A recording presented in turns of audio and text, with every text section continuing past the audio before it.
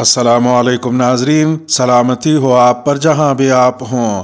Calendar پر آج تاریخ ہے 18 ربیع الاول، انگریزی تاریخ 15 اکتوبر ہے۔ اپنے میزبان راہی حجازی سے عالمی خبریں سنیے۔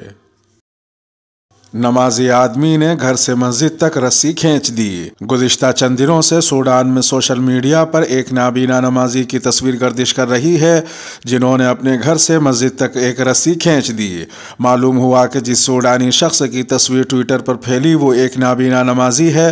انہوں نے یہ کام اس لیے کیا کہ وہ رسی کو مسجد تک رسائی کے لیے سہارے کے طور پر استعمال کرے اور انہیں مسجد تک جانے کے لیے کسی شخص سے مدد کی ضرورت نہ پڑے۔ جیسے ہی یہ تصویر سماجی رابطوں کی ویب سائٹ پر پھیلی، نمازی شخص کے اس عمل پر مثبت رد عمل سامنے آیا۔ اس کے علاوہ سوشل میڈیا صارفین نے کہا کہ نابینا افراد بھی ہمارے معاشرے کا حصہ ہیں، ان کی مدد کرنا ہماری ذمہ داری ہے، ان کی زندگیوں کو آسان بنانے کے لیے ہمیں ان کی مدد کرنی چاہیے۔ ادھر ایک دوسری خبر میں پاکستان کی وفاقی شرعی عدالت اور بلوچستان ہائی کورٹ کے سابق چیف جسٹس نور محمد مسکان زئی عشاء کی نماز کے دوران قاتلانہ حملے میں شہید کر دیے گئے۔ D I G Rakhshan division Nazir Ahmed Kurd کے مطابق 66 سالہ نور محمد مسکان زئی کو آبائی ضلع خاران میں جمعے کی رات کو مسجد میں نماز پڑھتے ہوئے نشانہ بنایا گیا۔ اردو نیوز سے بات کرتے ہوئے ڈی آئی جی کا کہنا تھا کہ حملہ آوروں نے مسجد کی کھڑکی سے سابق چیف جسٹس پر 10 فائر کیے، جن میں سے 4 گولیاں انہیں لگی، وہ زخمی ہو گئے اور بعد ازاں دم توڑ گئے۔ واضح ہے کہ سابق چیف جسٹس نور محمد مسکان زئی کو سود کے خلاف تاریخی فیصلے سے شہرت ملی تھی۔ وہ ریٹائرمنٹ تک ٹرانسجنڈر ایکٹ کے خلاف داخل کی جانے والی عرضی کو سننے والی بینچ کا حصہ بھی رہے۔ سابق جج کے قتل کی ذمہ داری کالعدم بلوچ لبریشن آرمی کے ایک دھڑے نے قبول کی ہے۔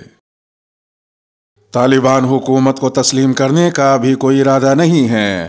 پاکستان کے دفتر خارجہ کے ترجمان عاصم افتخار نے کہا ہے کہ طالبان کی عبوری افغان حکومت کو فوری طور پر تسلیم کرنے کا کوئی منصوبہ زیر غور نہیں ہے۔ وزارت خارجہ میں ہفتہ وار پریس بریفنگ کے بعد دفتر خارجہ کی جانب سے جاری اعلامیے میں کہا گیا کہ اس سلسلے میں پاکستان اور عالمی برادری میں مشاورت جاری ہے۔ افغان حکومت کو تسلیم کرنا ایک اہم سنجیدہ مسئلہ ہے۔ خیال رہے کہ دفتر خارجہ کا بیان ایک ایسے وقت میں سامنے آیا ہے جب حال ہی میں وزیر دفاع خواجہ آصف نے کہا تھا کہ کالعدم تحریک طالبان پاکستان یعنی TTP کے ساتھ حالیہ مذاکرات کا کوئی ٹھوس نتیجہ نہیں نکلا۔ ادھر ایک دوسری خبر میں پاکستان نے افغان ڈاکٹروں اور نرسوں کے لیے نئے اسکالرشپ کا اعلان کیا ہے۔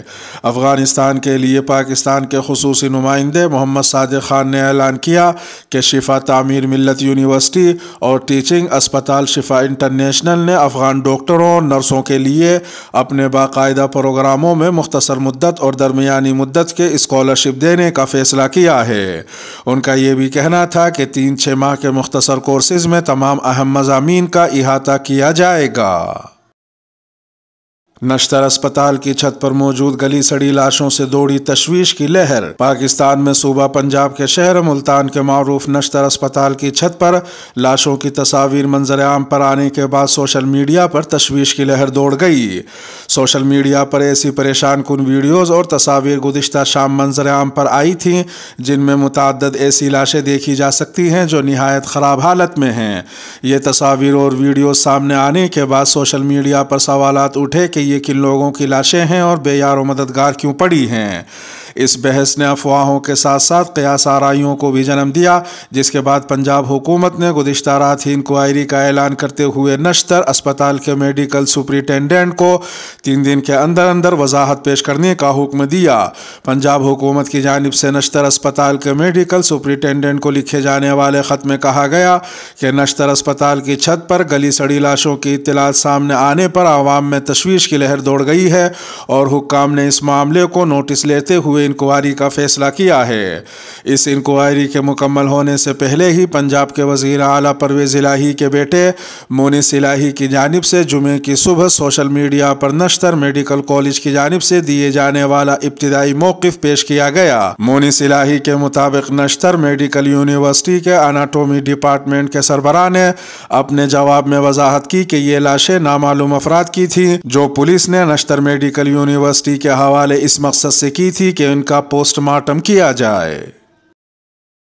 پاکستان خطرناک ترین ملکوں میں سے ایک ہے۔ امریکی صدر جو بائیڈن نے کہا ہے کہ پاکستان دنیا کے خطرناک ترین ملکوں میں سے ایک ہے جس کا ایٹمی پروگرام بے قاعدہ ہے۔ جمعے کو ڈیموکریٹک کانگریشنل کیمپین کمیٹی کی ایک فنڈ ریزنگ تقریب میں تقریر کرتے ہوئے امریکی صدر نے چین اور روس کا ذکر کرتے ہوئے پاکستان کے ایٹمی پروگرام کا حوالہ دیا۔ امریکی صدر نے کہا کہ میرا خیال ہے کہ پاکستان خطرناک ترین ممالک میں سے ایک ہے اور پاکستان کا ایٹمی پروگرام بے قاعدہ ہے۔ امریکی صدر کا یہ بھی کہنا تھا کہ اس بات کا خدشہ ہے کہ پاکستان کا ایٹمی پروگرام کوئی بھی استعمال کر سکتا ہے۔ دوسری جانب پاکستان کے وفاقی وزیر توانائی خرم دستگیر خان نے کہا کہ ایٹمی پروگرام کا کمانڈ اینڈ کنٹرول سسٹم مکمل طور پر محفوظ ہے اور بین الاقوامی ادارے اس کی تصدیق کر چکے ہیں۔ انہوں نے سنیچر کو گجرانوالہ میں ایک پریس کانفرنس کے دوران ایک سوال کے جواب میں کہا کہ صدر جو بائیڈن کے پاکستان کی ایٹمی پروگرام پر شکوک و شبہات بے بنیاد ہیں۔ ان کا مزید کہنا تھا کہ متعدد امریکی صدور اور امریکی حکومت نے پاکستان کے ایٹمی پروگرام کی سیکیورٹی اور کنٹرول کو ہمیشہ مؤثر اور معیاری قرار دیا۔ پاکستان وزارت خارجہ کے ذرائع کے مطابق امریکی صدر کے بیان پر پاکستان کی جانب سے تفصیلی رد عمل جاری کیا جائے گا۔ برقع پوش سعودی لیڈی ڈاکٹر عالمی ادارے کی صدر منتخب۔ سعودی عرب کی مکمل اسلامی برقع پوش خاتون ڈاکٹر دیما الشمری عالمی ادارہ برائے ڈینٹل ریسرچ کی صدر بن گئی ہیں۔ ڈاکٹر الشمری نے یونیورسٹی کی طالبہ ہونے سے لے کر اپنی اس پوزیشن تک پہنچنے میں والد صاحب کی حوصلہ افزائی اور تعاون کا خصوصی طور پر تذکرہ کیا۔ ڈاکٹر الشمری نے الاخباریہ چینل سے بات کرتے ہوئے کہا کہ میں اپنے والد کے ساتھ مختلف کانفرنسوں میں شریک ہوتی تھی۔ اس وقت والد صاحب اس امید کا اظہار کرتے تھے کہ مستقبل میں ایک دن میں خود اس طرح کی کانفرنس کا انعقاد کروں گی۔ انہوں نے مزید کہا کہ اب وہ وقت آ گیا ہے کہ میں اور مختلف یونیورسٹیوں اور صحت کے شعبوں سے تعلق رکھنے والا میرا گروپ سب سے بڑی علاقائی ڈینٹل کانفرنس کا انعقاد کر رہا ہے۔ ادھر ایک دوسری خبر میں مصر میں ایک لڑکی کے حرکت قلب کے 22 منٹ تک بند رہنے کے بعد اس کے زندہ ہونے پر لوگ حیران ہیں۔ مصری ٹرائی ایتھلون چیمپئن جمانہ یاسر حرکت قلب بند رہنے کے بعد مسلسل 22 منٹ تک بے ہوش رہی مگر اس کے بعد انہیں پھر ہوش آ گیا۔ واضح رہے کہ مصری نوجوان کھلاڑی جمانہ یاسر 20 دن قبل ورزش کے دوران اچانک گر گئی تھیں۔ جمانہ کو ابتدائی طبی امداد دی گئی اور پھر انہیں شمالی مصر کے اسکندریہ گورنریٹ کے ایک اسپتال میں منتقل کیا گیا جہاں علاج کے دوران ان کے دل کی شریانیں 22 منٹ تک رکنے کے بعد دوبارہ پمپنگ کرنے لگیں۔ قابل ذکر ہے کہ جس اسپتال میں جمانہ یاسر کا علاج کیا گیا اس نے پہلے ان کی موت کا اعلان کیا تھا۔ اسپتال نے ان کے دل کو حرکت میں لانے کے لیے 25 بار کوشش کی تھی۔ ادھر ایک دوسری خبر میں ماہرین فلکیات نے دنیا کا سب سے بڑا ڈیجیٹل کیمرہ پیش کر دیا ہے جس کی مجموعی طاقت 2666 آئی فون کے برابر ہے۔ کیمرے کا وزن 3 ٹن اور جسامت ایک چھوٹی کار کے برابر ہے۔ اس میں لگا 3200 میگا پکسل سینسر -100 درجے سینٹی گریڈ پر سرد کیا جائے گا جس سے ڈیجیٹل تصاویر کا شور کم کیا جا سکے۔ اس کیمرے میں 189 سینسر لگے ہیں۔ ہر سینسر آئی فون کے جدید ترین ماڈل سے بھی زیادہ پکسل جمع کر سکتا ہے۔ اس کی ریزولوشن کا اندازہ یوں لگایا جا سکتا ہے کہ یہ چاند پر موجود ریت کا ایک ذرہ بھی دیکھ سکتا ہے جس کی قوت 3.2 گیگا پکسل ہے۔ توقع کی جا رہی ہے کہ نئے ستاروں، سیاروں، کہکشاؤں اور دیگر اجرام فلکی کی تلاش کے علاوہ اس سے تاریک مادے یعنی ڈارک میٹر اور تاریک توانائی یعنی ڈارک انرجی کی تلاش میں بھی مدد ملے گی۔ روس ترکیہ کے راستے مغربی ملکوں کو گیس فراہم کرے گا۔ ترکیہ کے صدر رجب طیب اردوغان نے ترکی کے راستے روسی گیس کی دوسرے ملکوں کو فراہمی کے بارے میں ولادیمیر پوتین کے منصوبے کی حمایت کی ہے۔ اس سلسلے میں انہوں نے فوری طور پر اپنی حکومت کو ہدایات بھی جاری کر دی ہیں۔ اس منصوبے کے تحت ترکیہ گیس کی ترسیل اور فراہمی کے ایک بڑے راستے اور مرکز کا ذریعہ بن کر توانائی کے شعبے میں اہمیت اختیار کر سکتا ہے، جبکہ روس کے لیے نورڈ اسٹریم کے راستے گیس سپلائی میں یورپ کی طرف سے پیدا کردہ رکاوٹ کا بھی توڑ ممکن ہو جائے گا۔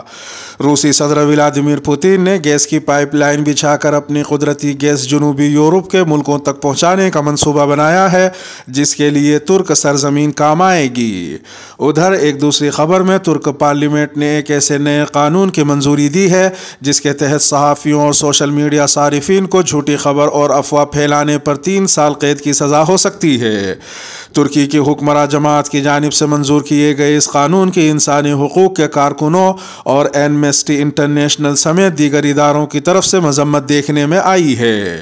ایمنسٹی انٹرنیشنل نے کہا کہ اس نئے قانون کے بعد لوگوں میں خوف و ہراس پھیلے گا۔ اس کے ساتھ ہی ویڈیو کا اختتام ہوا۔ سلامتی ہو آپ پر جہاں بھی آپ ہوں۔